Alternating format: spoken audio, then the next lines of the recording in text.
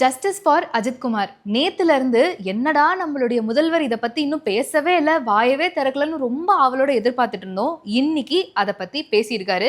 என்ன பேசியிருப்பாருன்னு நீங்களே கெஸ் பண்ணிருப்பீங்க. பட் இருந்தாலும் சொல்ல வேண்டியது என்னுடைய கடமை இல்ல. வணக்கம் and welcome to the show day to day with me. இன்னைக்கு என்ன நடந்துட்டு இருக்குன்னு தெரிஞ்சுக்கலாமா? அஜித்குமார் வழக்கு நேத்துல இருந்து ரொம்ப பரபரப்பா பேசப்பட்டுக்கிட்டு இருக்கு. அதுல ஒவ்வொரு தகவலா வெளியாகிக்கிட்டே இருக்கு. அதை தொடர்ந்து தமிழக முதல்வர் மு.க. ஸ்டாலின் அவர்கள் ஒரு பிரஸ் மீட் அட்டெண்ட் பண்ணியிருக்காரு. ஆக்சுவலா இது வந்து அஜித்குமார் கேஸ்க்கான பிரஸ் மீட்டான்னு கேட்டீங்கன்னா கிடையாது. ஓரணியல் தமிழகம் அதுக்காக நடந்த பிரஸ் மீட்ல ஒரு பத்திரிகையாளர் வந்து இப்ப சமீபத்துல இந்த கஸ்டடி டெத் நடந்திருக்கு, அதை பத்தி நீங்க என்னென்ன ஆக்ஷன்ஸ் எடுத்தீங்க அப்படின்னு கேட்டப்போ, ஆமா எங்களுக்கு தகவல் வந்ததுமே நாங்க உடனடியாக நடவடிக்கை எடுத்தோம். எப்படின்னா அந்த 6 காவல் அதிகாரிகளையும் வந்து நாங்க கைது பண்ணியிருக்கோம், உயர் அதிகாரி வரைக்கும் ஆக்ஷன் எடுத்திருக்கோம். அதுக்கு ஒரு உதாரணமா சொல்லணும்னா சிவகங்கை மாவட்ட எஸ்பியான ஆஷிஷ் ராவத் அவர்களை வந்து காத்திருப்போர் பட்டியலுக்கு மாத்திருக்கோம். இந்த அளவுக்கு நாங்க நடவடிக்கை எடுத்திருக்கோம். போதுமா இல்ல இதுக்கு மேல ஏதாவது வேணுமாங்கிற மாதிரியான ஒரு கேள்வியை கேட்டிருக்காரு. தகவல் தெரிஞ்ச உடனே நடவடிக்கை எடுத்தாச்சு, கைது பண்ணியாச்சு. இன்னைக்கு கூட மேலதிகாரிகள் மீது நடவடிக்கை எடுத்திருக்கிறோம். இந்த பிரஸ் மீட் முழுக்க அவர் இதை பத்தி தான் பேசியிருக்காரான்னு கேட்டா கிடையாது. முழுசா ஒரு நிமிஷம் கூட இந்த விஷயத்தை அட்ரஸ் பண்ணவே கிடையாது. இதுக்காக தனியா ஒரு பிரஸ் மீட்டோ இல்ல ஒரு வீடியோவோ எதுவுமே வெளியிட கிடையாது. அதுக்கு பதிலா இந்த பிரஸ் மீட் முழுக்க அவர் பேசினது எல்லாமே ஒன்றிய அரசு எங்களை வஞ்சிக்குது அப்படிங்கிற மாதிரியான விஷயத்தை தான். அதாவது இது பிளான்டா எப்படின்னு நமக்கு எடுத்துக்க தெரியல. பட் இருந்தாலும் எப்போல்லாம் தமிழகத்துல ஒரு மோசமான பிரச்சனை எழுதோ அப்பெல்லாம் வந்து தமிழக அரசு கையில எடுக்கிறது இந்த ஒன்றிய அரசுங்கிற வார்த்தை தான். நோட், நான் ஒன்றிய அரசுன்னு சொல்லல, நான் மத்திய அரசுன்னு தான் குறிப்பிடுவேன். இருந்தாலும் தமிழக அரசு சார்பில் சொல்லப்படுற வார்த்தை தான் இது. அதாவது அவங்க குறிப்பிடுற விஷயங்கள் என்ன, இந்த ஹிந்தி திணிப்புல ஆரம்பிச்சு இப்ப வந்து கீழடி பிரச்சனை அப்படிங்கிறதையும் கையில எடுத்து வச்சிருக்காங்க. சரி, உங்களோட கண்ணோட்டத்துக்கே வரேன். உங்களை பொறுத்த வரைக்கும் இந்த ஹிந்தி திணிப்பா இருக்கட்டும், இந்த கீழடியா இருக்கட்டும், எல்லாமே பிரச்சனையாவே இருக்கட்டும். ஆனா இப்போ தமிழகத்துல ஒரு கஸ்டடி டெத் நடந்திருக்கு, ஒரு உயிரே போயிருக்குன்றப்போ இதை விட அந்த பிரச்சனைகள் பெருசா இருக்கவே முடியாது. அந்த பிரச்சனைகள் வந்து நாளைக்கோ நாளானைக்கோ கண்டிப்பா சரி பண்ணிக்கலாம். ஆனா இங்க தமிழகத்துல ஓவராலா பெண்கள் பாதுகாப்புல ஆரம்பிச்சு இந்த மாதிரி காவல்துறையில் நடந்துகிட்டு இருக்க பிரச்சனைகள், அதாவது உங்களுடைய 4 ஆண்டு கால ஆட்சியிலேயே 25 லாக்அப் டெத் நடந்திருக்கு. அப்படிங்கிறப்போ இவ்வளவு பிரச்சனைகளை தாண்டி நீங்க பேசக்கூடிய அந்த மத்திய அரசு பிரச்சனை அப்படிங்கிறது ஒரு பெரிய ப்ராப்ளமா இருக்கவே முடியாது. மக்களுக்கான கவனத்தை கொடுக்கணுங்கிறது தான் எல்லாருடைய ஒரு ரெக்வெஸ்டாவும் இருக்கு. சரி, நேத்து நம்ம பேசின மாதிரி சட்டம் ஒழுங்கு பத்தி ஒரு ஆலோசனை கூட்டம் முதல்வர் நடத்தினாரு அப்படின்னு சொல்லியிருந்தோம். அதுக்கு தகவல் என்ன வெளியா இருந்துச்சு அப்படின்னா, இந்த கள்ளச்சாராயமா இருக்கட்டும், கஞ்சாவா இருக்கட்டும், பெண்கள் பாதுகாப்பு, இந்த காவல்துறை சம்பந்தப்பட்ட லாக்அப் டெத் எதுவாக இருந்தாலும் அரசின் நடவடிக்கை மிக மிக கடுமையாக இருக்கும் அப்படின்னு முதல்வர் ஸ்டாலின் அவர்கள் சொன்னாரு அப்படிங்கிற தகவல் வெளியா இருக்கு. அந்த அளவுக்கு கடுமையா இருக்கும் அப்படின்னா இப்போ சென்னை நுங்கம்பாக்கத்துல இன்னொரு சம்பவம் நடந்திருக்கு. அதாவது ஒரு 8 வயசு குழந்தைய மயக்க ஊசி போட்டு கடத்திட்டு போய் ஒருத்தவங்க பாலியல் சீண்டல்ல ஈடுபட்டுடுறாங்க. அதை பத்தி கம்ப்ளைண்ட் கொடுக்க போனா அந்த குழந்தையினுடைய அப்பா, அம்மா, தாத்தா 3 பேரையுமே அந்த காவல்துறையில ரொம்ப கடுமையா தாக்குறாங்க. எஃப்ஐஆர் எடுத்துக்கவே மாட்டேங்கிறாங்க. ஒரு 12 மணி நேரம் போராட்டத்துக்கு பிறகு அந்த கம்ப்ளைண்ட்டை எடுத்துக்கிறாங்க. இந்த குழந்தைய கடத்திட்டு போய் இப்படி ஒரு மோசமான விஷயத்த பண்ணது யாரு அப்படின்னா அந்த காவல் நிலையத்தை சேர்ந்த எஸ்ஐ அப்படிங்கிறது தெரிய வருது. இந்த குழந்தையோட ஃப்ரெண்டோட அப்பா தான் அவர் அப்படின்ற மாதிரியும் சொல்லப்படுது. இதை பத்தி அந்த குழந்தைகிட்டையுமே ஒரு சில சேனல்ஸ் பேட்டி எடுத்தப்ப அந்த குழந்தையுமே என்ன நடந்துச்சு அப்படிங்கறத ரொம்ப தெளிவா விளக்கி இருக்காங்க. அந்த வீடியோ தான் இப்ப நம்ம பார்க்க போறோம். பேட் டச் பண்ணாங்க. யார் உங்களை கூட்டி போனது, என்ன பண்ணாங்க? என்ன வந்து இன்ஜெக்ஷன் போட்டு யாரோ ஒருத்தவங்க வந்து கூட்டிட்டு போனாங்க. யாருன்னு தெரியல. ஆனா ஆமா, வீடு பக்கத்துல நான் போட்டோ காட்டுறமா இவரான்னு பாக்குறீங்களாமா? பார்த்து சொல்றீங்களா? உங்களுக்கு தெரியுமா ஏற்கனவே? இவர் தான் சார். பாருங்க சார், நாங்க ரெக்கவரி பண்ணோம் சார். குழந்தைய போய் பார்த்து இருங்கப்பா, நாங்க போனோம் சார். யார் அவரு? அவரு என் ஃப்ரெண்டோட டாடி கூட்டின்னு போனாங்க. அப்புறம் என்னாச்சுன்னு எனக்கு தெரியல. நான் நல்லா தூங்கிட்டேன். இதை தொடர்ந்து கம்ப்ளைண்ட் கொடுக்க போன பேரண்ட்ஸையும் சரி, அந்த குழந்தையோட தாத்தாவையும் சரி ரொம்ப மோசமா தாக்கியிருக்காங்க. கம்ப்ளைண்ட்டை எடுத்துக்கவே இல்லை. அதுக்கப்புறம் உயரதிகாரிகள் இன்வால்வ் ஆனதுக்கு அப்புறம் தான் அதை ஒரு கம்ப்ளைண்டாவே ஃபைல் பண்ணி எடுத்துக்கிறாங்க. இந்த லட்சணத்துல தான் காவல்துறை இருக்கு. ஆனா நீங்க என்ன சொல்றீங்க, இரும்பு கரம் கொண்டு நாங்க அடக்குவோம், எந்த ஒரு பிரச்சனையா இருந்தாலும் பெண்கள் பாதுகாப்புல ஆரம்பிச்சு இந்த லாக்அப் மரணங்கள் வரைக்கும் எதுவா இருந்தாலும் மிக மிக கடுமையான நடவடிக்கை எடுப்போம் அப்படின்னு நீங்க சொல்றீங்கல்ல. இந்த இரும்பு கரம் கொண்டு அடக்குவோம்னு நீங்க சொன்னீங்கல்ல, ஒருவேளை அந்த இரும்பு கரம் வந்து துருப்பிடிச்சு போயிடுச்சோ? அப்படியே இல்ல, அது வேலை செய்தனாலும் பாதிக்கப்பட்டவங்க மேலதான் வேலை செய்தே தவிர யாரு தப்பு பண்ணாங்களோ அவங்க பக்கம் அந்த இரும்பு கரம் போகவே மாட்டேங்குதே. ஏன்? நீங்க சொல்றதெல்லாம் பாக்குறப்ப தண்ணியில தான் எழுதி வைக்கணும் போல இருக்குன்னு சொல்லி மக்கள் எல்லாம் பேசிக்கிட்டு இருக்காங்க. சரி, நம்மளோட முதல்வர் எதுக்கு பதில் சொல்லல அப்படின்னாலுமே நிறைய பேரு அஜித்குமார் மரணத்தை பத்தி கேள்விகள் எழுப்பிக்கிட்டே தான் இருக்காங்க. அதுல ரொம்ப முக்கியமா கேள்வி எழுப்பி இருக்கிறது, தமிழக அரசுக்கு உயர்நீதிமன்ற மதுரை கிளை சரமாரியான கேள்விகளை கேட்டிருக்காங்க. அதுல ஒரு சில முக்கியமான கேள்விகள் என்ன அப்படின்னா, நகை காணாம போச்சுன்னு சொன்னப்போ ஏன் எஃப்ஐஆர் போடவே இல்லை? காணாம போச்சுன்னு ஒருத்தவங்க கம்ப்ளைண்ட் கொடுத்ததும் யாரு சொல்லி நீங்க 6 பேர் கொண்ட சிறப்பு குழுவை அமைச்சீங்க? கம்ப்ளைண்ட் கொடுத்துட்டாங்கன்னு சொல்லி 2 மணி நேரத்துல விசாரணைக்கு உத்தரவு போட்டு நீங்க எப்படி வந்து அஜித்குமாரை கைது பண்ணீங்க? ஏன்னா எவ்வளவோ போலீஸ்காரங்க மாமூல் வாங்குற வீடியோக்கள் இணையதளங்கள்ல பயங்கரமா வைரலா இருக்கு. அது எல்லாத்தையும் நீங்க வந்து 2 மணி நேரத்துல விசாரணைக்கு எடுத்துட்டு வந்துருவீங்களா அப்படிங்கிற மாதிரியான கேள்வியும் கேட்டிருக்காங்க. அடிப்பதற்கு எதற்கு காவல்துறை? புலனாய்வு செய்யறதுக்கு தானே காவல்துறை இருக்காங்க. கைது பண்ணி எதுக்கு சம்பந்தமே இல்லாம இருவேறு இடங்களுக்கு அஜித்தை வந்து அழைச்சிட்டு போனாங்க.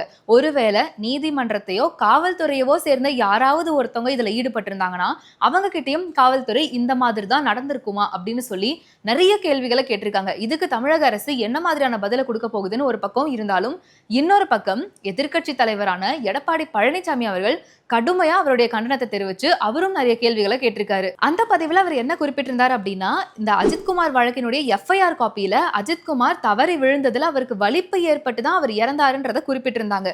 இது தேஜாவு கிடையாது. இதுக்கு முன்னாடியும் விக்னேஷ் கேஸ்லயும் சட்டமன்றத்துல ஸ்டாலின் ஒரு பச்சை பொய்ய சொல்றாரு. அதாவது விக்னேஷுமே காலை உணவு சாப்பிட்டு அவருக்கு வாந்தி வலிப்பு ஏற்பட்டு தான் அவர் இறந்து போனாரு அப்படின்னு சொல்லி எந்த ஒரு பச்சை பொய்ய சொல்லி மக்கள் எல்லாத்தையும் ஏமாத்தினாரோ அதே பொய்ய தான் இப்போ காவல்துறை சார்பிலையும் சொல்லிட்டு இருக்காங்கன்னு அவர் குறிப்பிட்டிருக்காரு. அது மட்டும் இல்லாம இந்த கேஸ்ல தேசிய மனித உரிமைகள் ஆணையம் கண்டிப்பா தலையிட்டு இதை பத்தி விசாரிக்கணும்னு சொல்லியிருக்காரு. இந்த வழக்கை CBIக்கு மாத்தணும் அப்படின்னு சொல்லியிருக்காரு. இந்த விஷயத்துக்கு பொம்மை முதல்வர் கண்டிப்பா பதில் சொல்லி ஆகணும்ன்றதையும் சொல்லியிருக்காரு. அது மட்டும் இல்லாம ஒரு வீடியோ ஷூட் பண்ணி பதில் சொல்றதுக்கு எவ்வளவு நேரம் ஆகும் முதல்வரே அப்படின்ற ஒரு கேள்வியும் கேட்டிருக்காரு. இவர் எதை குறிக்கிறார் அப்படின்னா, சமீபத்துல முதல்வர் தன்னுடைய X தளத்துல பாத்தீங்க அப்படின்னா உங்களில் ஒருவன் சீரீஸ்ல நிறைய வீடியோஸை பயங்கரமா அப்லோட் பண்ணிக்கிட்டே இருக்காரு. அவருடைய பெருமைகளையும் அவர் ஆட்சி காலத்தில் நடந்த சிறப்பான விஷயங்களை மட்டும்தான் அதுல பேசிக்கிட்டு இருக்காங்க. அதை குறிக்கிற விதமா இதுக்கும் நீங்க பதில் சொல்லி போடுங்க அப்படின்னு தெரிவிச்சிருக்காரு. சீருடையிலேயே இல்லாத காவல்துறையினர் அஜித்குமாரை தாக்குற வீடியோ பயங்கரமா சோசியல் மீடியால வைரல் ஆகிட்டு இருக்கு. அதை பாக்குறதுக்கே உண்மையாலுமே அவ்வளோ கஷ்டமா இருக்கு.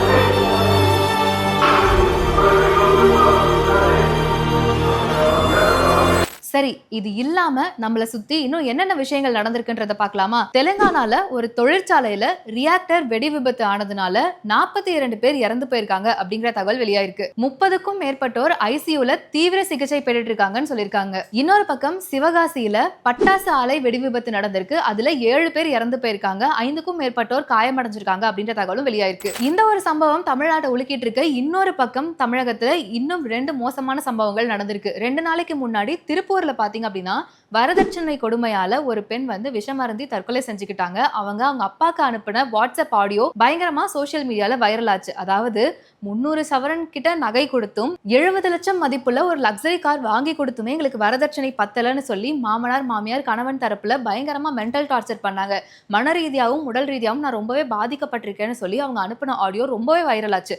அதை தொடர்ந்து அவங்க அப்பாவுமே கண்ணீர் மல்க பேட்டி கொடுத்திருந்தாங்க. இன்னொரு பக்கம் இன்னைக்கு திருவள்ளூர்ல திருமணமாகி 4 நாள்ல ஒரு பெண் வந்து தற்கொலை செஞ்சிருக்காங்க. அதுக்கு காரணம் 5 சவரன் நகை போடுறதான்னு சொன்னீங்க, நீங்க 4 சவரன் தான் போட்டிருக்கீங்கன்னு சொல்லி கணவன் வீட்டார் பக்கம் பயங்கர பிரஷர் இருந்துச்சு அப்படிங்கிறதுனால இப்போ புதுசா மக்களுக்கு நடுவுல இந்த வரதட்சணை கொடுமை பத்தின பயமும் நாளுக்கு நாள் அதிகமாகிட்டே இருக்கு. தொழில் நிறுவனங்களுக்கான மின்கட்டண உயர்வு இன்னையில இருந்து அமலுக்கு வந்திருக்கு. அதாவது முன்னாடியே கொஞ்சம் அதிகமா தான் இருந்தது, இப்போ இன்னுமே மின்கட்டண உயர்வு அதிகமாயிருக்கு அப்படிங்கிறது எங்களுக்கு பாதிப்பை ஏற்படுத்தும் அப்படின்னு சொல்லி தொழில் முனைவோர்கள் சார்பில் கருத்து தெரிவிச்சிட்டு இருக்காங்க. இன்னைக்கு 10 years of digital India அப்படிங்கிற ஹேஷ்டாக் X தளத்துல ட்ரெண்டிங் ஆயிட்டு இருக்கு. அதாவது பிரதமர் நரேந்திர மோடி அவர்கள் டிஜிட்டல் இந்தியா அப்படிங்கிற விஷயத்த இன்ட்ரோ கொடுத்து இன்னையோட 10 வருஷம் நிறைவடைந்திருக்கு. இதுல மக்கள் எந்த அளவுக்கு பயன்பெற்றிருக்காங்க அப்படிங்கறத எடுத்து பார்த்தோம்னா உலகத்துக்கே இந்தியா வந்து ஒரு சிறந்த எடுத்துக்காட்டா இருக்கு அப்படின்னு தான் சொல்லணும். ஒரு உதாரணத்துக்கு சொல்லணும் அப்படின்னா, அரசு சம்பந்தப்பட்ட எந்த வேலைகளை நம்ம செய்யணும்னாலும் இல்லை எந்த ஆவணங்கள் வேணும் அப்படின்னாலும் ஒரு அரசு அலுவலகத்துக்கு போய் நம்ம காலையில இருந்து வெயிட் பண்ணி அங்க இருக்கிறவங்களுக்கு லஞ்சம் கொடுத்து அந்த வேலையை செஞ்சு முடிக்கிற நிலை இப்போ மாறி ஒரு வெப்சைட் மூலமா அந்த வேலையை இன்னும் சுலபமா செஞ்சு முடிக்கிறதுக்கான வழியை இந்த டிஜிட்டல் இந்தியா கொடுத்துருக்குன்னே சொல்லலாம். அது மட்டும் இல்லாம இந்த UPI பரிவர்த்தனை அப்படின்னு வரப்போ உலகத்துக்கே இந்தியா வந்து ஒரு சிறந்த எடுத்துக்காட்டா இருக்கு. இதுக்கு முக்கியமான காரணம் என்ன அப்படின்னா, இந்தியாவில் இருக்க கடைக்கோடி மக்கள் வரைக்கும் இந்த இன்டர்நெட் அஃபோர்டபுளா கிடைக்கிறது தான். அதுக்கு ஒரு சிறந்த உதாரணமா சொல்லணும்னா, இந்தியாவில் 1 GB இன்டர்நெட் 10 ரூபா அப்படின்னா அதே 1 GB அமெரிக்காவில் 513 ரூபா. இதுதான் டிஜிட்டல் இந்தியாவோட வளர்ச்சினே சொல்லலாம். இதை செலிப்ரேட் பண்ற விதமா தான் எக்ஸ் தளத்துல இன்னைக்கு 10 years ஆஃப் டிஜிட்டல் இந்தியா அப்படிங்கிற ஹேஷ்டாக் ட்ரெண்ட் ஆயிட்டு இருக்கு. பஹல்காம் தாக்குதல் நடந்தது நம்ம எல்லாருக்குமே தெரியும். ஆனா அந்த தாக்குதலுக்கு ஒரு சில தினங்களுக்கு முன்னாடி பாகிஸ்தானுடைய ராணுவ தளபதியான அசிம் முனீர் அவர்கள் ஒரு ஸ்பீச் கொடுக்குறாரு. அது ரொம்பவுமே சர்ச்சைக்குரிய ஒரு விஷயமா மாறுச்சு. அதுல அவர் என்ன குறிப்பிட்டிருந்தாரு அப்படின்னா, இந்தியாவும் பாகிஸ்தானும் எப்பவுமே ஒண்ணு சேர முடியாது, இந்து மக்களும் முஸ்லிம் மக்களும் எப்பவுமே ஒன்னா இருக்க முடியாதுன்னு பல விஷயங்களை சொல்லியிருந்தாரு. அதுல அவரு 2 நேஷன் தியரி பத்தி பேசிட்டு காஷ்மீர் வந்து பாகிஸ்தானுடைய ஒரு முக்கிய பகுதி அப்படிங்கறத குறிப்பிட்டு, அதாவது மறைமுகமா அவர் தீவிரவாதத்துக்கு ஆதரவா பேசியிருந்தாரு. அதை தொடர்ந்து சில தினங்கள்ல தான் பஹல்காம் தாக்குதல் நடந்தது.